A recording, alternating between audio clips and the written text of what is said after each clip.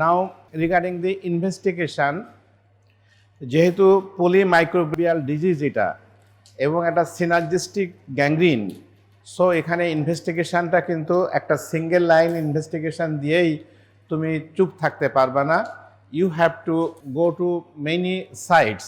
Number one দেখো, full blood count, that is CBC, complete blood count বলি, full blood count বলি, যে নামেই ডাকি না কেন, full blood count, clotting profile, তারপরে serum urea, creatinine and electrolytes, liver function test, RBS, that is blood glucose, blood gases, grouping and screening, HIV and VDRL, এতগুলো test আমাদের সবগুলোকে করতে হবে। তাহলে ব্লাডের ভিতরে কমন ইনস্পেকশন CBC করব, ক্লটিং প্রোফাইল করতে হবে, তারপরে গ্লাইসিমিক লেভেল দেখতে হবে, কিডনি ফাংশন দেখতে হবে, লিভার ফাংশন দেখতে হবে, অ্যান্ড HIV অ্যান্ড VDRL, এগুলো হচ্ছে বাড়তি উপসর্গ, সেগুলোকে আমাদের চেক করতে হবে। Abnormal findings includes anaemia, thrombocytopenia, coagulopathy, hyponatraemia and raised urea and creatinine. আমরা যদি আগের ব্লাডগুলো কাউন্ট করি, ব্লাড কাউন্ট করলে আমরা অ্যাবনর্মালিটি কী কী পেতে পারি? This patient may be anaemic, this patient may be diabetic, this patient have may thrombocytopenia, coagulopathy and hypoproteinaemia. তো ইভেন তার মানে ক্রিটিনিন মানে urea kidney function may be compromised.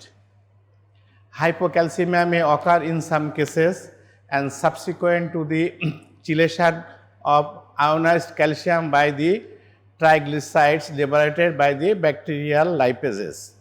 তো এবার একটা মাল্টিপুল একটা কমপ্লেক্স রিয়াকশান সৃষ্টি হয়। সো আমাদেরকে বেসলাইন ইনভেস্টিগেশনগুলো সব যদি আমরা কমপ্লিট করি, it will be possible for us to find out the cause. এর বাইরে আমাদেরকে একটা রেডিওলজিক্যাল ইনভেস্টিগেশন করতে হবে, সেটা হলো যে এক্স-রে করতে হবে অফ দি পার্ট। আর কি করতে পারি আমরা? আলট্রাসোনোগ্রাফি করতে পারি, CT scan, MRI may help. Let us have a knowledge that we may have the option to suggest CT scan and MRI। Why we do the X-ray of the part? যেখানে একটা gangrene হয়েছে দেখা যাচ্ছে, but why we have to do the X-ray?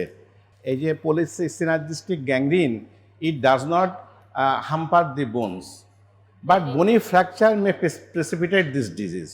So তুমি এখানে বনি fracture সেখানে সেটা দেখতে পারো, কিন্তু সবচেয়ে ইম্পর্ট্যান্ট একটা জিনিসে দেখার জন্য আমরা করব সেটা হচ্ছে কি, যে whether it is Fournier's gangrene or gas gangrene. আমরা নেক্সট ক্লাসে যখন গ্যাস গ্যাংগ্রিনটা পড়ব তখন বুঝবে গ্যাস গ্যাংগ্রিন বলতে সাবকিউটেনিয়াস প্লেনে গ্যাস ফর্মেশন হয়, গ্যাস ফর্মিং অর্গানিজম দিয়ে ইনফ্লামেশন হয়, সেখানে সাবকিউটেনিয়াস প্লেনে গ্যাস ফর্মেশন হয়, এবং যখন তুমি এই পেশেন্টকে পালপেশন করবা তখন ক্রিপিটাস পাবা, স্কিনের নিচে ক্রিপিটাস পাবা। দেখবা যে থাইতে একটা গ্যাংগ্রিন হয়েছে কি পেরিনিয়ামে গ্যাংগ্রিন হয়েছে, সেখানে তোমার চাপ দিলে পস পস পস মানে ক্রিপিটাস পাচ্ছ তুমি। ওহাই আসছে কোথার থেকে গ্যাসটা? That is the gas forming organism, যারা টিস্যু নেক্রোসিস করে গ্যাস প্রডিউস করেছে এবং এটা স্কিনের নিচে জমা হয়ে থাকে। If you perform the plain X-ray then you will clearly see the air bubbles, but in case of Fournier's gangrene you do not get it. তাহলে এটা যদি গ্যাস গ্যাংগ্রিনের সাথে ডিফারেন্সিয়েটের জন্য you may need plain X-ray. Ultrasonography, yes, ultrasonography তোমাকে help করতে পারে।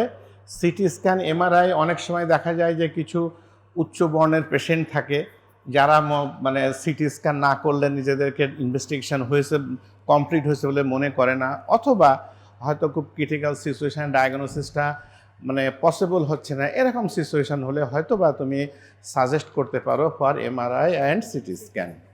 নাও এত কিছুর পরে এবার তোমাকে ট্রিটমেন্ট শুরু করতে হবে। তবে সবচেয়ে মজার জিনিস কি, তোমরা যদি এই Fournier's গ্যাংগ্রিনটা কোনো পেশেন্ট কখনো তোমাদের সামনে আসবেই, it is not a uncommon disease. কাছে যখন তুমি যাবা, ওর মানে যে সমস্ত ক্যারেক্টারিস্টিক স্মেল, তারপরে ওর উন্ডের চেহারা দেখেই তোমার মনের ভিতরেই তো এটা রেইজ করবে, yes it may B A case of that bad disease. তাহলে এখানে ট্রিটমেন্ট আমরা কি দেব? ট্রিটমেন্ট থাকবে মেডিকেল অ্যান্ড ট্রিটমেন্ট থাকবে surgical. What should be the medical and why medical? Medical treatment means we want to say that we need aggressive resuscitation. পেশেন্টটা যখন থাকে extremely sick থাকে, পেশেন্ট এক্সট্রিমলি মানে পেইনফুল কন্ডিশনে থাকে এবং ইমপেন্ডিং শকে থাকে, so patient needs aggressive resuscitation. তারপরে কি আসবে? Antibiotics with broad spectrum coverage. আমরা তখন প্রথমেই যখন পেশেন্ট রিসিভ করব, we don't know the idea what type of organism, but আমরা জানি যে এটা পলিমাইক্রোবিয়াল, সো আমরা একটা broad spectrum antibiotic blindly start করব, যাতে গ্রাম পজিটিভ গ্রাম নেগেটিভ সব কিছুই কভারেজ দেয়। তাহলে এরকম একটা ব্রড স্পেকট্রাম অ্যান্টিবায়োটিক স্টার্ট করব এবং অ্যাগ্রেসিভ রিসাসিটেশন। অ্যাগ্রেসিভ রিসাসিটেশন বলতে তুমি তাকে র্যাপিডলি ফ্লুইড দাও, লাগলে ব্লাড দাও, আদার সাপোর্টিভ যে সমস্ত ট্রিটমেন্ট আছে সেগুলো প্রোভাইড করো two save the life of the patient, to make the patient viable. এরপরে ব্রড স্পেকট্রাম অ্যান্টিবায়োটিক দাও, দেওয়ার পরে এইবার তুমি তাকে পেশেন্টের ইনভেস্টিগেশনগুলো কমপ্লিট করো, মিনহোয়াইল তাকে সার্জারির জন্য রেডি করো। ঠিক আছে?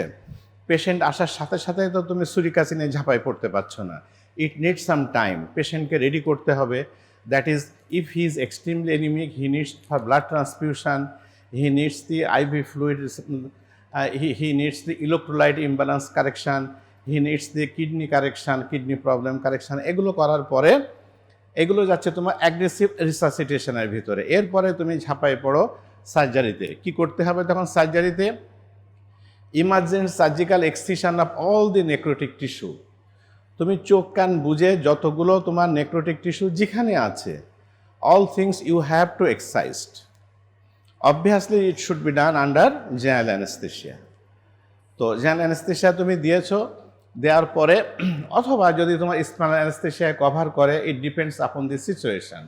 What ever the thing, under anaesthesia বলবা আমি তাকে I will excise all the dead and devitalised tissues.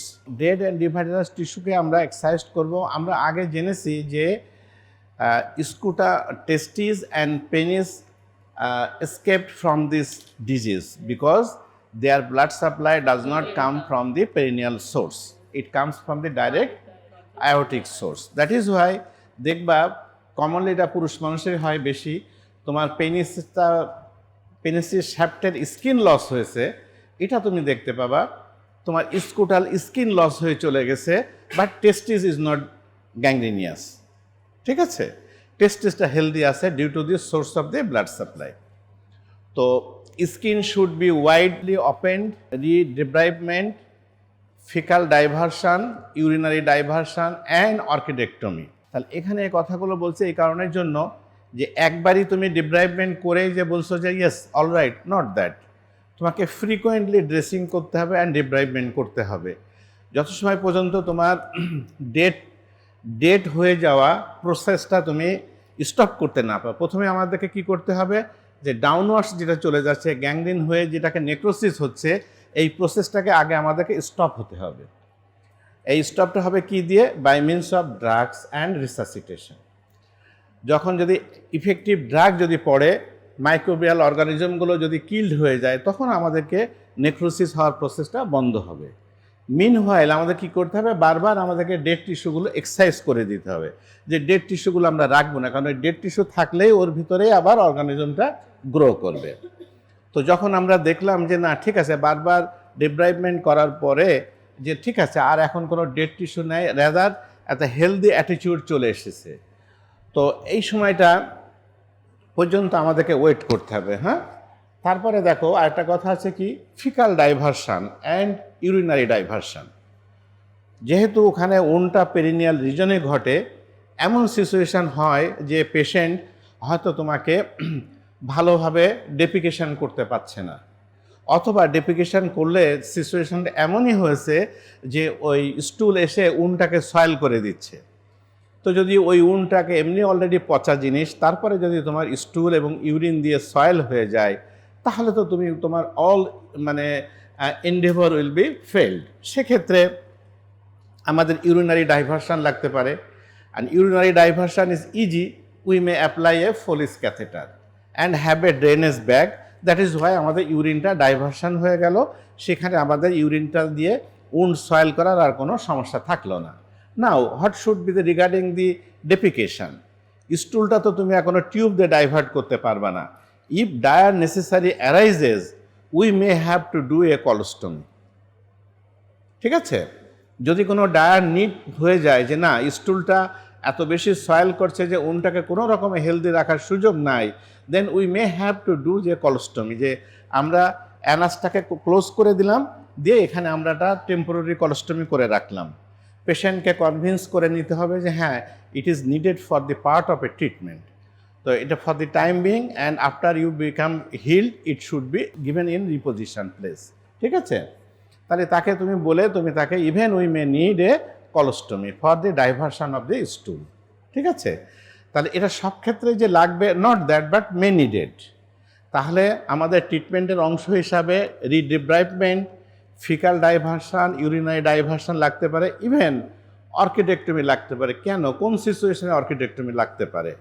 আমরা তো আগে জেনেছি যে টেস্টিস অ্যান্ড পেনিস এটাকে লস হয় না, বাট ধরো স্কুটামের all skin have been lost, the test is always suspends on the spermatic cord, perineal region no skin is left, then how you can save the testis?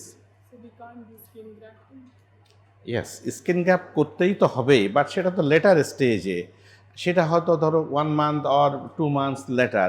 Meanwhile, how you will save the testis? যদি এরকম কোনো bad consequence এসে যায় যে I have no means to save the testis, because testis তো without the coverings it will may not be survive for long time.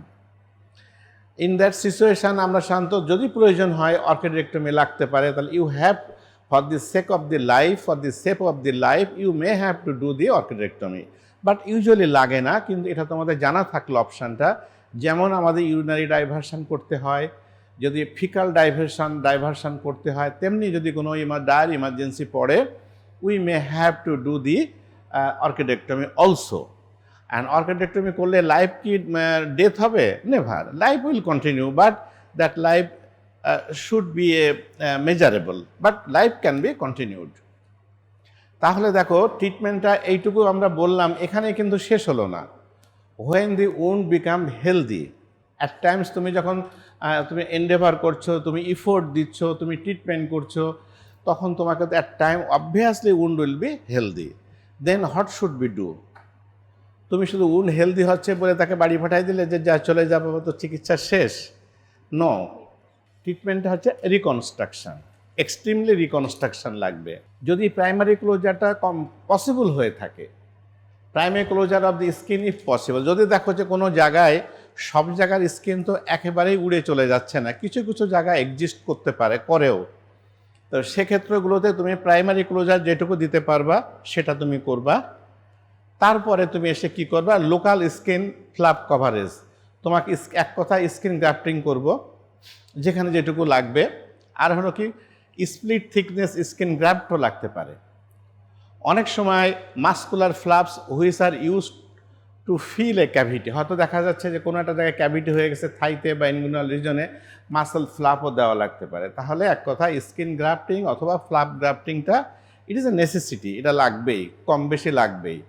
But এখন দেখো যে স্কিন লস হয়ে গেছে, টেস্টিসও বেঁচে আছে, ভায়াবল আছে। Now what I will do? Sometimes we buried the testis inside the inguinal area. Inguinal এরিয়ার ভিতরে, সাবকিউটেনাস টিস্যুর ভিতরে বা মাসলের ভিতরে টেস্টিসটাকে আমরা বারিড করে দিয়ে দেই যে না তুই ওখানে থাক, বেঁচে থাক। ঠিক আছে, ও সারভাইভ করে, টেস্টিসটা ওখানে সারভাইভ করে। তারপরে যদি ফুল রিকনস্ট্রাকশন যখন কমপ্লিট হয়ে যায় যে না ঠিক আছে অল উন্ডস বিকাম হিল্ড, যদি তখন আমরা স্কুটামের কোনো অংশ রেমনেন্ট থাকে তাহলে ওটাকে আবার বের করে স্কুটামের ভিতরে রিপোজিশন করি, না হলে ও ওই রিজনেই ও সারভাইভ করে যাবে টিল দি ডেথ। ঠিক আছে, তাহলে এইগুলো সবই falls into the headline of reconstruction. তাহলে তোমাকে যদি ফর্নিয়ার্স গ্যাংগ্রেন ট্রিটমেন্ট জিজ্ঞাসা করা হয় তাহলে তোমাকে বলতে হবে যে ফার্স্ট থিং আছে মেডিকেল, তার ভিতরে কি আছে aggressive resuscitation, antibiotic broad spectrum antibiotic coverage. Meanwhile তুমি তাকে কালচার সেন্সিটিভের জন্য পাঠাবে এবং তাকে যে সমস্ত বেসলাইন ইনভেস্টিগেশনগুলো আছে সেগুলো আমি কমপ্লিট করব। কমপ্লিট করার পাশাপাশি আমি এবার তাকে স্পেসিফিক অ্যান্টিবায়োটিক শুরু করব এবং সার্জিক্যাল ট্রিটমেন্ট স্টার্ট করব। সার্জিক্যাল ট্রিটমেন্টের ভেতর কী থাকবে? ডিব্রাইভমেন্ট থাকবে, ইয়াস, যেগুলো আমরা আলাপ করলাম সেগুলো থাকবে এবং এন্ড করতে হবে কি দিয়ে? আফটার হিলিং দি উন্ড, তোমাকে বলতে হবে যে after healing the wound I will do for reconstruction. ঠিক আছে, রিকনস্ট্রাকশনটা কি হবে? এটা আমাদেরকে স্কিন গ্রাফটিংয়ে প্রাইমারি ক্লোজার দিয়েও হতে পারে, স্কিন গ্রাফটিংও হতে পারে, ফ্লাপ গ্রাফটিংও হতে পারে, ইভেন যেটুকু লাগবে সেটুকু আমাদের করতে হবে। But we have the intention to save the two vital organs, penis and testis. Now what may be the complication?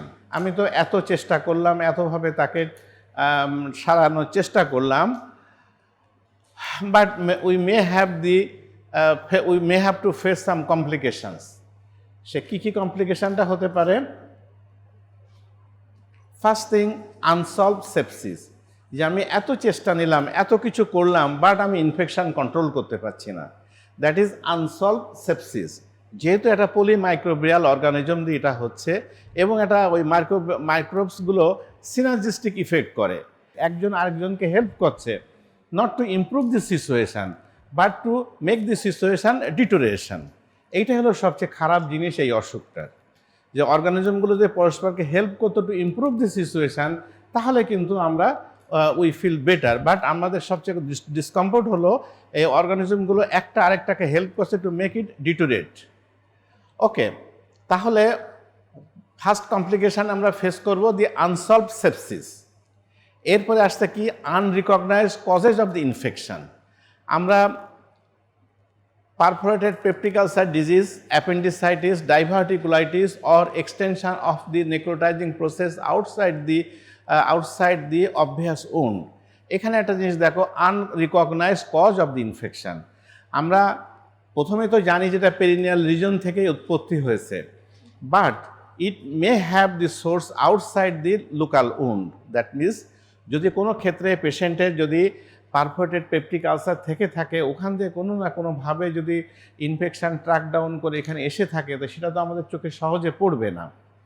হয়তো পারফোরেশন, মাইনর পারফোরেশন হয়েছে, ওটা পারফোরেটেড সাইডটা সিল্ড হয়ে গেছে, অ্যাবডোমিনাল কন্ডিশন ইমপ্রুভ করেছে, বাট ওই যে নেক্রোটিক ম্যাটেরিয়ালগুলো বা ডেব্রিসগুলো ছিল পেরিটোনিয়াল ক্যাভিটিতে, ওরা হয়তো ওখান দিয়ে তোমার পেলভিক ক্যাভিটিতে এসে কিছুটা সোর্স দিচ্ছে। ইট মে হ্যাপেন। আর কি হতে পারে? তোমার অ্যাপেন্ডিসাইটিস ছিল, সেখানে হয়তোবা তোমার ট্রিটমেন্ট হয়ে গেছে, বাট কোনো রকম অ্যাপেন্ডিকুলার অ্যাবসেস হয়ে পেলভিসিস ছিল, ওখান থেকে তোমার লিক করে পেরিনিয়ামে যে এই সমস্যাগুলো সৃষ্টি করতেছে। তাহলে অথবা অন্য কোনো জায়গা থেকে এক্সটেনশন হয়ে এসেছে ইনফেকশানগুলো, তাহলে এইরকম, এই জন্য এটাকে আমরা এই ক্যাটাগরিতে ফেলছি কি আনরিকগনাইজড কজ অফ ইনফেকশন। যদি এরকম কিছু থেকে থাকে তাহলে ইট will be difficult to control the wound. আরেকটা কি হচ্ছে? Complications of severe acute illness. একটা মানুষ যখন ডেবিলিটেড হয়ে যায়, তখন তার ঘাড়ের পরে, যখন সে হেলদি থাকে সে হয়তো 1 মণ বোঝা ঘাড়ে করে নিয়ে বইতে পারে, বাট যখন সে উইক হয়ে যায় তখন 5 কেজি বোঝাও তার পাশে অনেক বেশি কিছু হয়ে যায়। তো এই মানে ইনফেকশানটা তাকে এত বেশি মানে উইক করে দিয়েছে যে in the Liu of all the efforts পেশেন্টের জেনারেল কন্ডিশন ইমপ্রুভ করছে না, তাহলে সেটাও একটা complications two severe acute illness. আরেকটা হলো কি? প্লিথোরা অফ কম্বাইন্ড কোমরবিড কন্ডিশনস।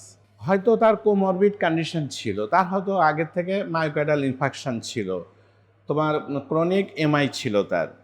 তো তাহলে এই সিচুয়েশনে কন্ডিশনটাকে এক্সাজারেট করবে না? করবে। দেখা গেল হঠাৎ করে হার্ট অ্যাটাক করে সে মরে গেল, বাট আমাদের অ্যাটেনশন তো টুয়ার্ডস দি উন্ড, কিন্তু কজ অফ ডেথ হয়ে গেল তার মানে acute myocardial infarction. Acute myocardial infarction, respiratory failure and pressure ulcerations, তো or the bed rest conditions imposed on the patient who are acutely ill, that is তার pulmonary embolism develop করতে পারে, তারপরে deep vein thrombosis হতে পারে, তার অ্যাটেলেকটেসিস হতে পারে, নিউমোনিয়া হতে পারে। কারণ এই ধরনের পেশেন্টগুলো তো বেড রিডেন থাকবে, সে তো তোমার আমার মতো হেঁটে চলে বেড়াতে পারবে না। তাহলে একটা বেড রিডেন পেশেন্টের কত প্রবলেম হতে পারে, তার আগে এমআই ছিল অথবা নতুন করে এমআই সৃষ্টি হতে পারে, নিউমোনিয়া হতে পারে, অ্যাটেলেক্টেসিস হতে পারে, পালমোনারি এম্বোলিজম হতে পারে, ডিপ ভেন থ্রোম্বোসিস হতে পারে। তো এগুলো তো কোনোটাই তো তোমার ভদ্রলোক না, ভদ্র ডিজিজ না, তাই তো? তাহলে সেই জন্য আমরা বলছি যে কমপ্লিকেশনের ভিতরে প্রথম আছে unsolved sepsis, unrecognised cause of the infection, complications of severe acute illness, আর হলো প্লিথোরা অফ কোমরবিড কন্ডিশনস। তাহলে এগুলো আমরা কমপ্লিকেশন হিসাবে দেখি। তাহলে এইগুলোই কিন্তু যাচ্ছে, these are all about the Fournier's gangrene. নামে কিন্তু ছোট, বাট এই ডিজিজটা হচ্ছে সবচেয়ে অসভ্য টাইপের একটা ডিজিজগুলোর মধ্যে একটা আর কি।